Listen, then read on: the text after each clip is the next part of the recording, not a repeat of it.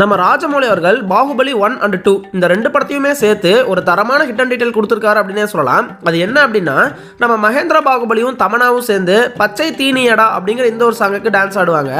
அது ஆக்சுவலா என்ன லொகேஷன் அப்படின்னு சொல்லி நீங்க என்னைக்காவது யோசிச்சிருக்கீங்களா? அது வேற எந்த இடமும் கிடையாது, நம்ம அமரேந்திர பாகுபலியும் தேவசேனாவும் காதலிச்ச குந்தல தேசம் அப்படிங்கிற அதே இடம் தான். இதை நான் எப்படி சொல்றேன் அப்படின்னு பாத்தீங்கன்னா, இந்த படத்துடைய ஆரம்பத்துல ஒரு மேப் காட்டுவாங்க. அந்த மேப்ல ஃபர்ஸ்ட் மகிழ்மதி சாம்ராஜ்யத்தை காட்டி, அதுக்கு கீழே குந்தல தேச சிற்றரசு இருக்கிற மாதிரி காட்டி, அதுக்கும் கீழே குந்தலர்களுடைய மறைவிடம் இருக்கிற மாதிரி காட்டி, அதுக்கப்புறமா தான் அந்த நீர்வீழ்ச்சியை காட்டியிருப்பாங்க. இப்போ அந்த நீர்வீழ்ச்சி வழியா மேலே ஏறி போன நம்ம மகேந்திர பாகுபலி முதல்ல குந்தலர்களுடைய மறைவிடத்தை பார்ப்பாரு.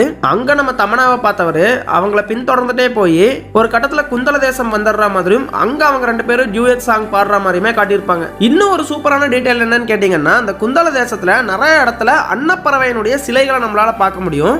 சேம் அதே மாதிரி இந்த பச்சை தீனியடா சாங்லையுமே அந்த லொகேஷன்ல நிறைய இடத்துல அன்னப்பறவையினுடைய சிம்பிளை நம்மளால பார்க்க முடியும். ஏன் அந்த மேப்ல கூட குந்தல தேசத்தை காட்டுறப்போ அங்க அன்னப்பறவையினுடைய ஓவியம் தான் இருக்கும். அண்ட் நம்ம பல்வாள் தேவன் அந்த குந்தல தேச சிற்றரசை முழுசாவே அழிச்சிட்டாரு அப்படிங்கிற மாதிரி சொல்லியிருப்பாங்க.